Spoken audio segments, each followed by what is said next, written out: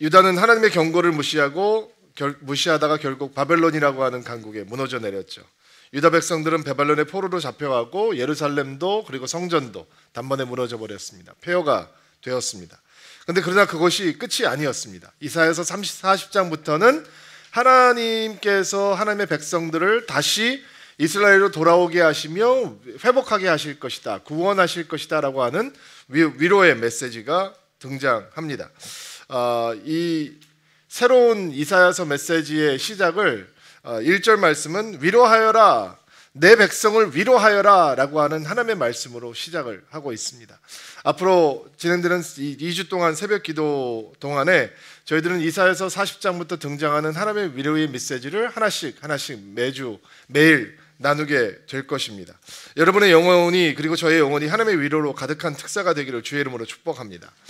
고통 가운데 하나님을 생각하는 것은 쉽지 않습니다. 더군다나 그 고통이 상당히 기간이 길어질 때 하나님의 선하심을 얘기하고 하나님의 은혜를 얘기하는 것은 쉽지 않습니다. 나라가 잘 되고 그리고 하나님의 발전하고 있을 때 그리고 모든 것이 편안할 때 하나님의 능력과 광대하심을 논하는 것은 당연해 보일지 모르지만 거룩한 성 예루살렘이 불타고 이방인들의 발에 짓밟히고 성전이 약탈을 당하고 수많은 사람이 목숨을 잃고 또 많은 사람들이 포로로 끌려갈 때 하나님의 전능하심을 얘기하는 것은 말도 안 되는 것처럼 보일 수밖에 없을 것입니다. 하나님의 백성들이 바벨론의 군사들이 몰려오는 것을 보면서 예루살렘 성 안에서 얼마나 많이 기도했겠습니까? 그 당시에 전쟁은 바벨론이라고 하는 대군이 몰려들 때 이제 그 성읍 안으로 들어올 수 있는 그 탑을 쌓아가는 작업부터 시작이 되는 거거든요. 그것을 보면서 얼마나 수많은 사람들이 여호와의 이름을 부르며 기도했겠습니까? 그러나 예루살렘은 처참하게 무너져 내렸습니다. 여러분, 평안할 때 하나님을 부르는 것은 당연해 보입니다. 기억하는 것은 당연해 보인단 말이죠. 하나님을 찬양하고 하나님을 기뻐하고 하나님을 의지하고 하나님을 높인다라고 하는 얘기를 모든 것이 그래도 순조로워 보일 때는 그것이 쉬워 보입니다. 그러나 어려움이 다가오면 당분간은 그런 똑같은 태도를 견지할 수 있을지 모르지만 시간이 조금만 길어지면 모든 것이 무거워져 버립니다. 사람들은 말로는 말하지 않지만 속으로는 하나님에 대해서 서운한 것이 한두 가지가 아닙니다. 속으로 그래서 혼자서 꿍시렁 거리게 되는 거죠. 저도 많이 그렇게 해보았습니다. 목회를 저는 처음 시작하고 목회가 그렇게 힘든 것인지 몰랐습니다. 값을 톡톡히 치렀습니다. 사람들이 무서워지더라고요. 저는 선교단체에서 훈련을 받았던 사람인데 선교단체에서 훈련 받을 때는 모든 사람이 좋았는데 교회라고 하는 것은 그런 것이 아니더라고요. 교회는 온갖 사람들이 다 있더라고요. 그래서 목회를 하는데 사람들에게 욕을 먹으면 비난을 받으면 저는 며칠째 잠을 못 잤습니다. 소심하니까. 근데 교회라고 하는 것이 만만치 않아요. 수도 없이 철야하고 수도 없이 금식했습니다. 저 지금도 말랐는데 목회를 처음 하실 때는 지금보다 8kg 더 말랐었으니까. 근데 그때는 참 지금 생각하면 금식을 많이 했습니다. 할 수 있는 게 그거밖에 없었습니다. 철야도 밥 먹듯이 했던 것 같습니다. 그러나 목회적인 상황은 변하지 않았습니다. 제가 많이 부족한 것 같아서 저는 세미나, 프로그램 이런 거 많이 찾아다녔습니다. 훌륭한 목사님들이 너무 많이 계시더라고요. 많이 배웠습니다.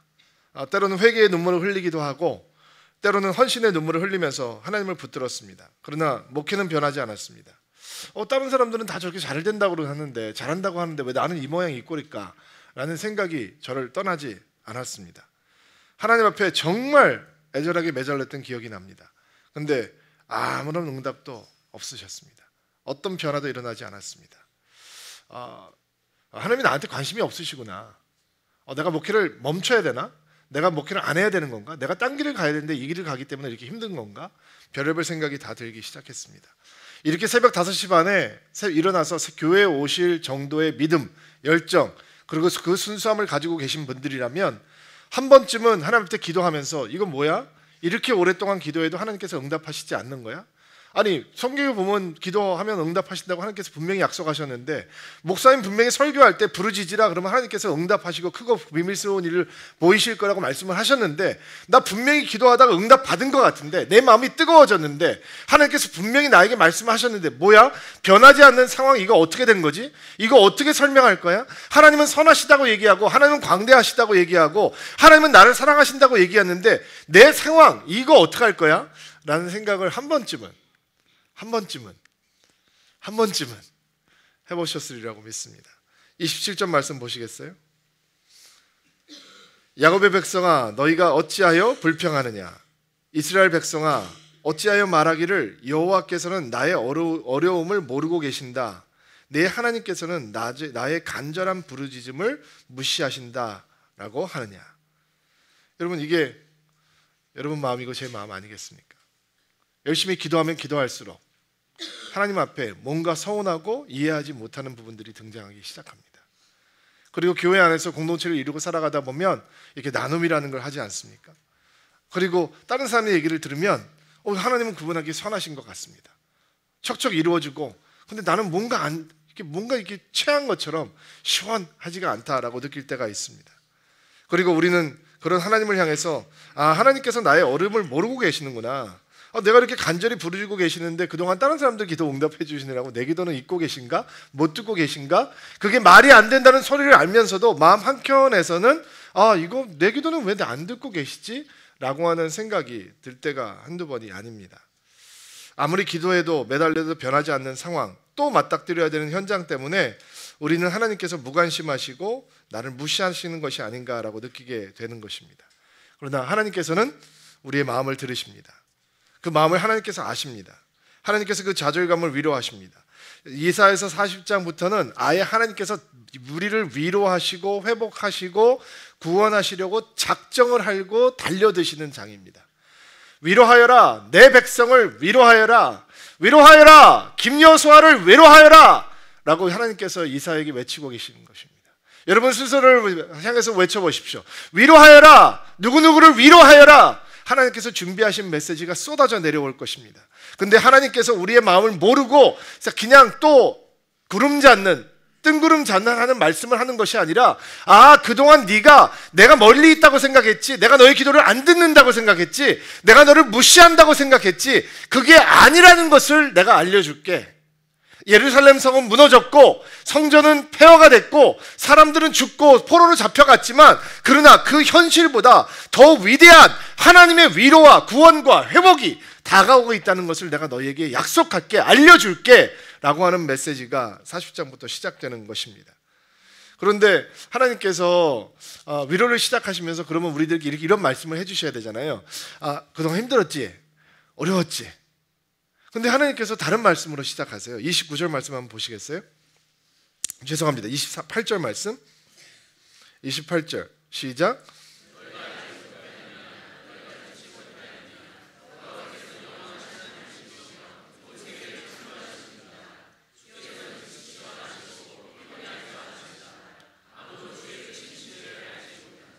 자, 이사야는 그 고통의 자리에서 변하지 않는 현장에서 하나님의 위대하심을 선포하죠. 얼마나 힘들었는 일을 시작하는 것이 아니라 하나님은 영원하시며 하나님은 온 세계를 창조하신 분이시며 하나님은 지치시도 않으시고 피곤하시지 않으시고 그분의 지혜와 명철을 당할 자가 없다라는 것으로 시작을 하는 거예요. 풀리지 않는 상황을 향해서 하나님의 위대하심을 선포하면서 시작하고 있는 것이죠. 여러분, 변하지 않는 여러분의 인생의 상황은 절대로 하나님의 사랑의 부재를 증명할 수 없어요. 하나님께서는 지금 오늘 여러분의 변하지 않는 현실의 상황, 여러분들이 혼자 끌어안고 기도하고 있는, 혼자서 풀 수 없는 그 상황, 여러분이 이 자리에 나와 있는 그 이유, 그것을 향해서 여호와는 위대하시며 강대하시며 여호와의 지혜와 명철은 끝이 없다라고 선포하고 계시는 거예요. 아멘. 이게 무슨 얘기냐면 하나님은 끝을 알고 계시다라는 얘기예요. 우리는 끝이 안 보이지만 우리는 내 뜻대로 이루어져야, 내가 구하는 대로 이루어져야 하나님께서 선하시다라고 생각을 하겠지만, 우리가 원하는 것들이 지금 현재 이루어지지 않고 있는 상황이라도 하나님은 위대하시고 하나님은 광대하시고 하나님의 지혜와 명철은 끝이 없기 때문에 하나님께서는 어떻게 가야지 하나님의 온전한 회복과 역사가 일어나는지 미리 알고 계시다는 것이죠. 옛날에 이렇게 휴가를 갔다가 거북이, 새끼 거북이를 바다로 놓아주는 이 행사를 이렇게 옆에서 보게 됐어요. 알을, 거북이가 바닷가 위에 올라가서 낳잖아요. 그리고 아기 거북이가 태어나면 아기 거북이가 위에 있으면 죽으니까 바닷가로 돌려보내요. 그 바다에 물에 들어가야지 사니까. 그럼 바닷가에 이렇게 새끼 거북이를 쭉 해놓고 사람들이 이렇게 하면서 바닷가로 몰아가는 거예요. 근데 꼭 저 같은 거북이들이 있어요. 자기 생각이 있는 거북이가 있는 거죠. 바닷가로 들어가야 크고 사는데 바닷가로 들어가지 않고 사람들이 있는 모닥 바사장에 머물려고 하는, 똑바로 가야 되는데 자꾸 옆으로 가려고 하는 성향을 가지고 있는 바다 거북이들이 있어요. 근데 그 바다 거북이가 바다로 향해서 가지 않고 옆으로 향해서 가면 이렇게 들어서 방향을 돌려놔요. 그럼 들면 어떻게 하는지 아세요? 발버둥을 차요. 더 못된 거는 이렇게 막 몸도 집어넣고 발도 집어넣고 마치 내가 그를 헤아려고 하는 것처럼 느끼는 거죠. 그러면 살살살살 몰아가서 바닷가까지 가요. 자, 고마워할까요? 안 고마워할까요? 안 고마워해요. 몰라요, 바다 거북이는요. 자, 하나님은 광대하시다. 하나님은 위대하시다. 하나님은 이 천지를 창조하신 위대하신 주시다. 하나님의 지혜와 명철은 끝이 없다. 네가 바닷물을 손에 받아보았느냐? 이 땅의 티끌을 네가 다 모아보았느냐? 우리 한 번도 해본 적 없죠? 그렇게 위대하신 하나님은 우리의 삶을 인도하시면서 그 끝을 알고 계시다는 거예요. 우리의 기도 제목들이 이루어지지 않은 것들이 있어요. 너무 원해요. 회복을 원해요. 그런데 아직 이루어지지 않았어요. 그리고 우리는 하나님을 향해서 이런 마음을 가지고 있어요. 아니 왜? 하나님 할 만큼 한 거 아니에요? 나 오랫동안 기다렸어요? 어저께 세례를 받으면서 어떤 자매님의 그 간증 하나가 제 마음을 크게 두드렸어요. 8년을 기다려서 세례를 받았대요. 남편하고 같이. 얼마나 멋져요. 그러나 그거는 제3자니까 멋진 거죠. 3년 동안 기다렸던 아내의 마음은 어땠을까요? 하나님, 나도 세례 받고 싶습니다. 남들은 왜 남편들하고 그렇게 세례 척척 받는데 저는 이렇게 오래 걸립니까? 라는 마음이 한 번쯤은 들지 않았을까요? 그러나 하나님께서는 끝을 알고 계시다는 것이죠. 하나님이 알고 계셨어요. 어떤 것이 베스트인지, 어떤 것이 하나님의 최선인지, 최고인지 알고 계시기에 하나님께서는 그의 백성들을 회복하고 위로하시기 전에 하나님은 위대하시며, 아멘. 하나님은 여러분 삶을 상에서 광대하시며, 아멘. 여러분이 이루어지진 현장 속에서 하나님의 지혜와 명철은 끝이 없다라고 하나님께서는 회복하시는 것이죠. 29절 말씀 한번 볼까요? 29절 말씀 읽어주세요. 시작.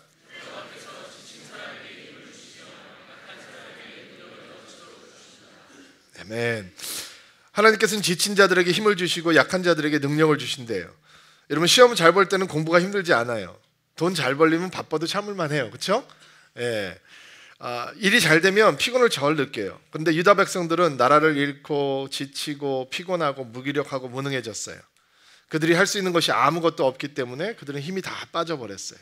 포로로 잡혀가 있어서 노예로 살고 이 왕족들이 환관으로 내시로 살아가는 운명이 되었기 때문에 그들은 정말 어떤 것도 소망할 수 없는 사람들이 되어버렸어요. 그러나 하나님께서는 그들을 향해서 말씀하고 계세요. 여호와께서는 지친 사람에게 힘을 주시고 약한 사람, 무능한 사람에게 능력이 넘치게 하신다. 세상을 살아가는 것이 얼마나 치열한지 몰라요.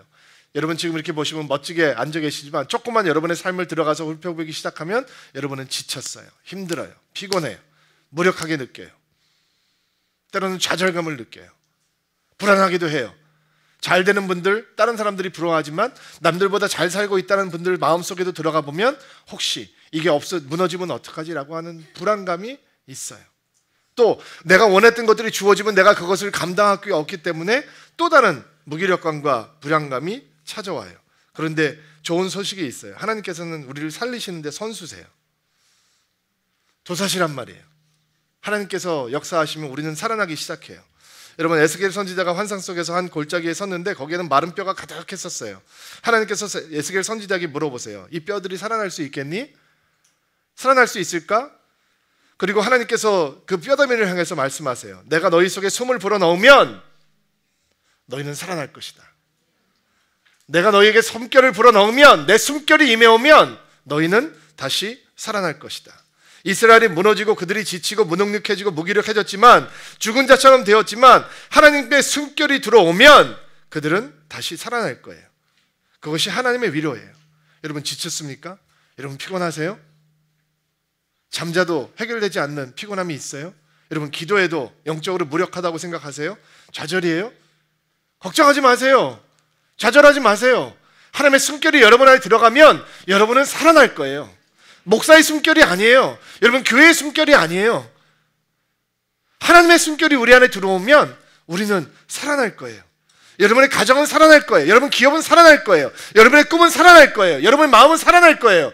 여러분의 열정은 다시 살아날 거예요. 여러분의 관계는 다시 살아날 거예요. 여러분이 가지고 있었던 하나님을 위한 그 첫 마음이 하나님의 숨결이 들어오면 살아나기 시작할 거예요. 숨은 보이지 않아요. 숨결은 눈으로 볼 수 없어요. 그러나 들어오면 you know it. 여러분은 알 수 있어요. 내가 살아나고 있다고 하는 것을. 여러분의 기도가 살아나고 말 거예요. 여러분이 가지고 있는 하나님의 나라를 향한 열정이 옛날처럼 살아나기 시작할 거예요. 하나님의 숨결이 들어오시면. 그리고 하나님께서는 그것을 약속하시는 거예요. 하나님께서 지친 사람에게 새 힘을 주시며 약한 사람에게 능력을 주신다. 여러분 사람이 주시는 힘이 아니고 사람이 주시는 능력이 아니라 하나님의 힘과 능력으로 충만해지는 한 해가 되기를 주의 이름으로 축복합니다. 목사님 제가 그 숨결을 받고 싶은데 어떻게 하면 좋을까요? 인공호흡을 좀 시켜주시겠어요? 30절, 32절, 31절 말씀 보시겠어요?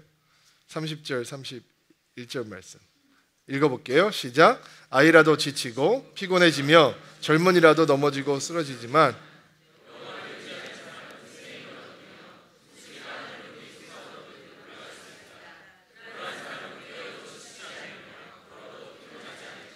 자, 하나님의 숨결을 받는 그 지름길이 없을까? 있어요. 31절을 보니까 여호와를 의지하는 사람은 새 힘을 얻으며 독수리가 하늘 높이 솟아오르듯 올라갈 수 있고 뛰어도 지치지 않고 걸어도 피곤치 않게 된대요. 하나님의 새 힘으로 충만하게 된대요. 여기서 하나님을 의지한다라고 하는 단어는요, 옛날 성경을 보면 무슨 단어로 기억되는지 기억나세요? 여호와를 앙망하는 자. 그 찬양 가끔씩 부르면 좋겠죠? 우리 끝나고 부릅시다. 여호와를 앙망하는 자. 여러분 굉장히 당황스러울 텐데 그래도 여호와를 앙망한다라는 얘기는 무슨 얘기냐면 기다린다. 그러나 그 기다리는 게 그냥 단순하게 기다리는 행동이 아니라 소망하면서 기다린다. 기대하면서 기다린다. 뭔가 간절히 붙들고 기다린다라고 하는 뜻이에요.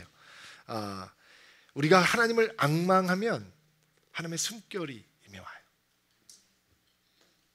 제가 어저께 드림플러스에서 설교를 하면서 우리 저희 예배 오는 분들한테 선물을 이렇게 말씀 선물을 줬는데 저도 선물 하나 받았는데 오늘 이 말씀이더라고요.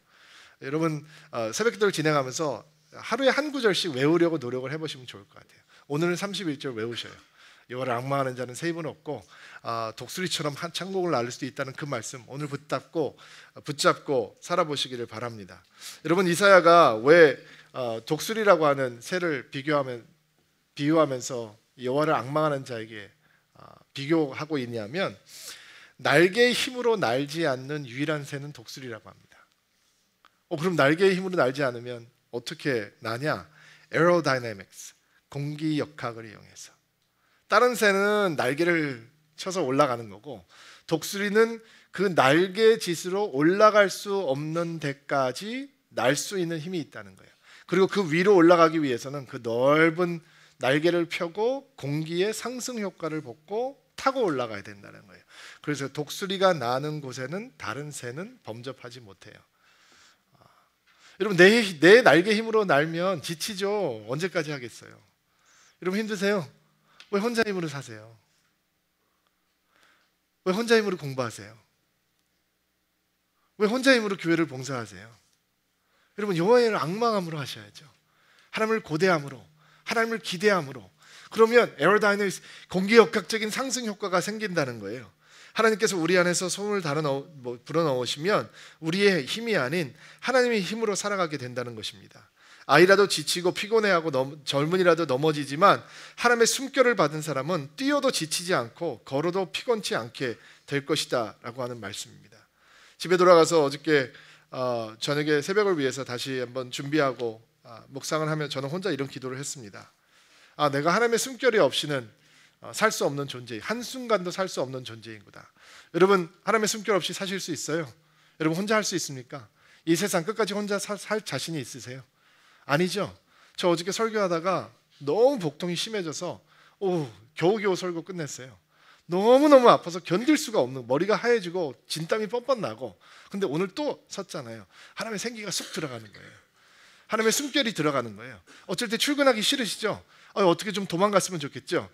근데 도망 못 가요. 그게 답이 아니에요. 하나님의 숨결이 들어가야 돼요. 여러분, 부부간에 서로 가정생활을 하다가 때로는 낙심하고 좌절하죠. 가망성이 없을 것 같죠. 근데 하나님의 숨결이 들어가면 살아난단 말이에요. 하나님의 생기가 들어가면 모든 것들이 살아나기 시작해요. 그리고 하나님께서 우리에게 새 힘을 주시고 능력을 주시고, 여러분의 미래는 여러분이 날개짓을 해서 개척하는 미래가 아니라 하나님께서 올려주시고, 하나님께서 띄워주시고, 하나님께서 날개 해주시고, 하나님께서 새 힘을 주셔서 달려가게 하는 인생이 되는 것입니다. 오늘 이 새벽에는 우리는 그 하나님의 새 힘을 위해서 기도할 것입니다. 새 숨결을 위해서 기도할 것입니다. 여호와를 앙망하는 자는 달려도 지치지 않을 것이며 곤비하지 않을 것이라는 말씀을 붙들고 기도하게 될 것입니다.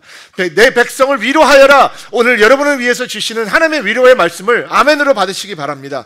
여러분은 그런 독수리 같은 인생이 될 것입니다. 여러분에게 하나님의 새 힘이 임해올 것입니다. 하나님, 우리를 살려주시는 여호와의 숨결이 우리를 채워주실 것입니다. 그런 새벽 기도가 되기를 주의 이름으로 축복합니다. 오랫동안 앉아 계셨는데 한번 일어나시겠어요? 자, 우리 기도하기 위해서 한번 찬양하고 주를 기대하고 소망하며 나아갑시다.